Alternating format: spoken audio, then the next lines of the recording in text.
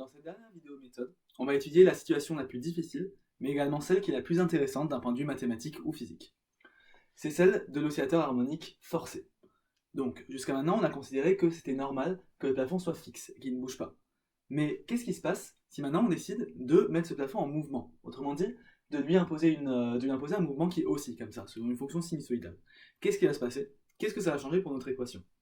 On a déjà vu que lorsqu'on considérait les frottements, le simple fait de prendre les frottements, par exemple en mettant notre oscillateur dans une cuve, eh bien, ça changeait beaucoup notre équation du mouvement, et les solutions changeaient également radicalement, notamment dans le cas des frottements forts et des frottements critiques, puisque on n'avait à ce moment-là plus aucun caractère oscillant. Qu'est-ce qui va se passer maintenant qu'on rajoute ce mouvement? Eh bien ça, on va le découvrir en établissant une nouvelle équation du mouvement. Pour ça, il va falloir qu'on applique la méthode dynamique comme on a fait les deux fois précédentes. On va d'ailleurs aller un petit peu plus vite cette fois, puisque justement, on a déjà eu l'occasion de le faire plusieurs fois. On définit d'abord notre repère qui va rester le repère cartésien, et maintenant il faut voir ce que le mouvement de notre plafond va changer d'un point de vue des forces, et en fait, on peut le modéliser comme une force F0 qui va être égale à un sinus, puisqu'on a dit que c'est une force sinusoïdale, donc soit un cosinus, soit un sinus, et avec une certaine norme F0. Voilà. Oméga ST, ça va être la fréquence, enfin plus précisément la pulsation à laquelle va bouger notre plafond. Plus oméga S va être grand, plus notre plafond va avoir des oscillations rapides. Plus F0 va être grand, plus l'amplitude des oscillations du plafond va être importante. Voilà. Maintenant, en appliquant le PFD, et puis après en projetant sur l'axe J, et en bidouillant un petit peu l'équation, et en faisant un changement de variable, on obtient cette équation, la même, sauf qu'ici, à la place d'un 0, on va avoir F0 sur M sinus de oméga st. La division par M, elle vient du fait qu'on a divisé par M lorsqu'on a bidouillé l'équation. Si jamais vous n'avez pas encore traité ça en cours, je vous conseille vivement de réappliquer la méthode par vous-même pour retrouver cette équation. Maintenant, nous on va chercher à la résoudre. Et vous allez voir que c'est pas facile. Donc, comment est-ce qu'on fait déjà pour résoudre une équation du second membre? C'est déjà quelque chose qu'on n'a pas l'habitude de voir. Qu'on dit qu'on a un second membre, le second membre c'est cette partie-là. Eh bien, un théorème de maths qui s'appelle le théorème de superposition nous dit que pour résoudre une équation linéaire avec un second membre, il faut d'abord trouver les solutions homogènes de cette équation, c'est-à-dire les solutions de l'équation quand on a un 0 ici. Puis après, il nous suffira juste de trouver une solution particulière à cette équation-là, une seule solution, pas toutes les solutions comme on a fait jusqu'à maintenant, et en additionnant la solution homogène et la solution particulière, on aura l'ensemble des solutions de cette équation. C'est une bonne nouvelle pour nous puisque les solutions de l'équation homogène, c'est-à-dire quand on a un 0 ici, on les connaît déjà. On sait qu'elles sont on sait qu'elles peuvent avoir trois cas possibles, enfin qu'elles peuvent avoir trois formes différentes possibles qui dépendent justement du signe du discriminant. Donc c'est bon, l'équation homogène, on sait déjà les résoudre. Maintenant, il nous reste juste à trouver une seule solution à cette équation. Mais ça n'a pas l'air simple non plus, puisque on a un second membre. Et on sait pas, a priori, on ne sait pas résoudre cette équation. Mais on voit que le second membre est de la forme d'un sinus. Autrement dit, ça, ça doit donner un sinus. Donc notre y aura une forme de fonction sinusoïdale. Si par exemple y était un logarithme, il n'y aurait aucune chance qu'en additionnant ça et ça et ça nous donne un sinus. On peut donc écrire que y est égal à sinus de oméga st fois un certain truc qu'on va appeler a. Mais les fonctions cosinus fonctionnent aussi. Donc on peut rajouter un plus b cosinus de oméga st. Une première approche, ça serait donc d'écrire notre solution y comme ça, et maintenant il faudrait qu'on trouve les coefficients a et b pour avoir justement la solution particulière, et donc on dériverait notre y deux fois, on le mettrait dans cette équation, et on résoudrait l'équation. Ça, c'est la méthode. Problème, elle marche pas. Pourquoi? Parce que si jamais on décide de le faire, même si sur le papier ça vous donnera des solutions, eh bien l'équation va être tellement dure à résoudre qu'on aura beaucoup de mal. En effet, ça voudrait dire qu'il faudrait d'abord qu'on dérive ça, puis après on dérive une deuxième fois, on met tout ça dans notre équation, c'est vraiment difficile. Alors comment on va faire? Eh bien là on va faire quelque chose qu'on n'a jamais vu jusqu'à maintenant, on va complexifier l'équation. Qu'est-ce que ça veut dire? Ça veut dire que au lieu de considérer l'équation E qui est ici, alors je vais effacer tout ça puisqu'on va devoir beaucoup écrire et on a vu que ça ne fonctionnait pas. Au lieu de considérer l'équation E qui est ici, eh bien à la place on va considérer l'équation y tilde point point Comme on parle d'une équation différente, ça va être une variable différente et on va décider de l'appeler y tilde. J'aurais pu l'appeler x ou z ou tout ce que vous voulez, j'ai décidé de l'appeler y tilde. Plus 2 gamma y tilde point, enfin y tilde point, pardon, plus oméga 0 carré y tilde est égal à f0 sur m. Et attention les yeux, on ne prend pas un sinus cette fois-ci, mais une exponentielle. Exponentielle i oméga st. Voilà. Et cette équation, on va l'appeler E tilde. Alors, première question. En quoi est-ce que cette équation différentielle va être plus simple à résoudre que celle-là? Eh bien, ça vient du fait qu'ici, le second membre ne va pas être un sinus, mais une exponentielle. Autrement dit, on cherchera les solutions, cette fois-ci, non pas sous la forme d'un cosinus et d'un sinus, mais d'une exponentielle, qui est très très simple à dériver. Donc, on trouvera a priori très facilement les valeurs qu'on cherche, les coefficients qu'on cherche et qu'on ne connaît pas.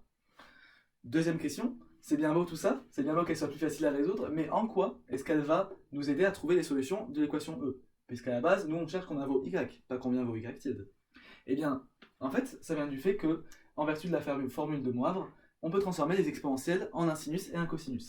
Plus précisément, on a que exponentielle i oméga st est égale à cosinus de oméga st plus i sinus de oméga st.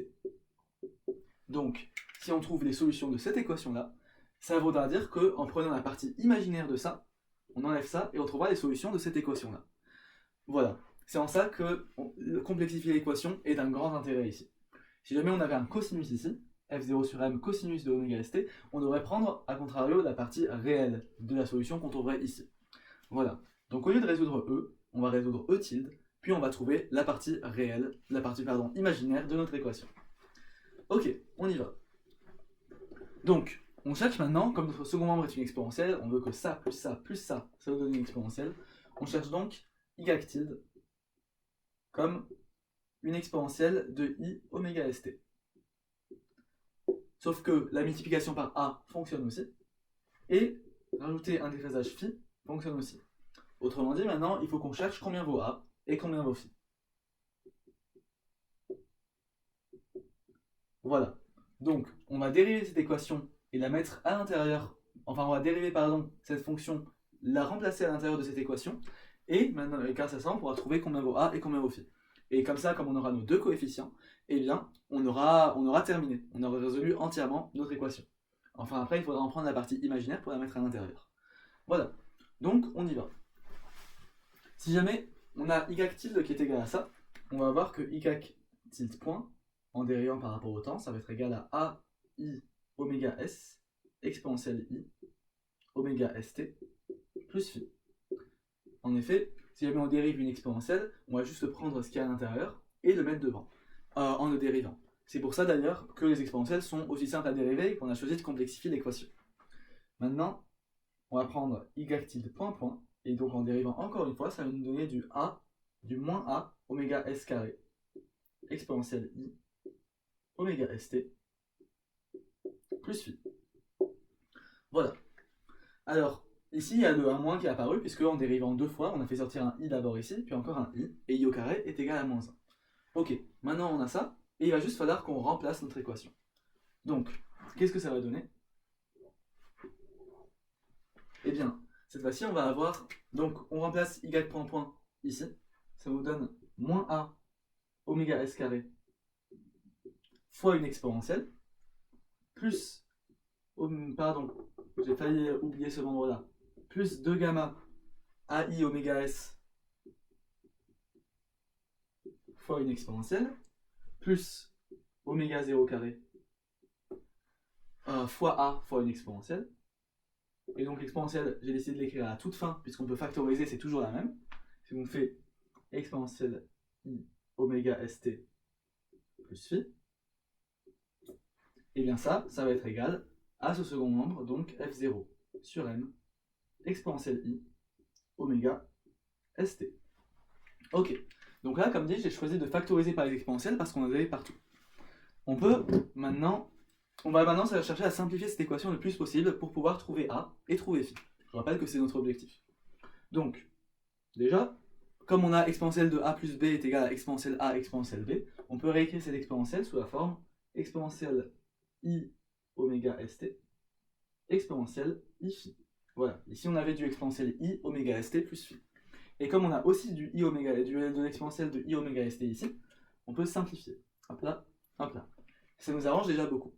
D'autre part, on voit aussi qu'on a du A qui est partout, et on va aussi pouvoir faire factoriser le A, comme on a fait avec l'exponentielle ici.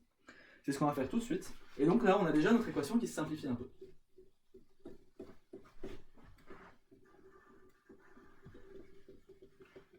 Donc comme vous avez vu, les calculs vont sûrement être assez fastidieux.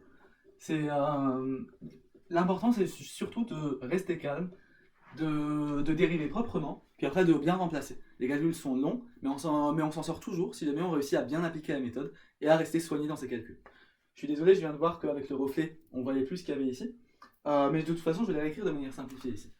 On a du coup, en factorisant par A, que A facteur de moins oméga s carré plus 2 gamma I oméga s plus oméga 0 carré exponentielle I phi est égal à f0 sur m. On a réussi à simplifier par exponentielle de I oméga st dans l'étape précédente. Maintenant, le but c'est de trouver A. Ce qu'on pourrait penser, c'est simplement que diviser par A, ça suffirait. Sauf que A, c'est une amplitude. C'est censé être un nombre réel.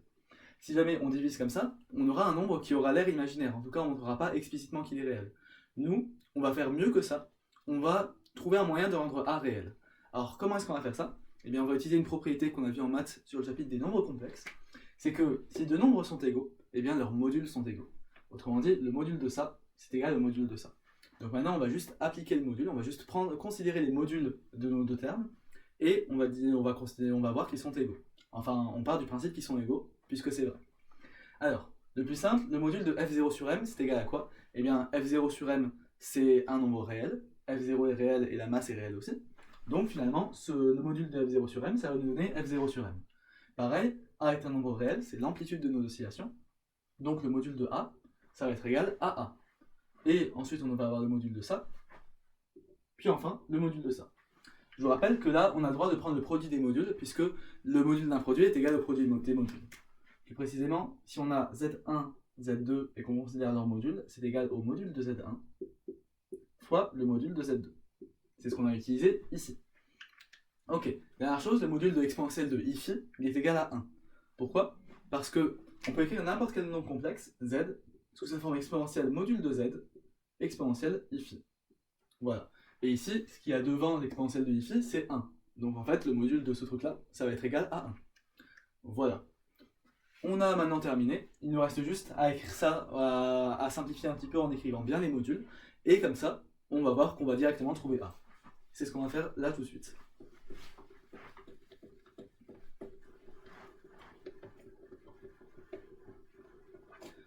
Alors, on a dit que le module de A, c'était égal à A.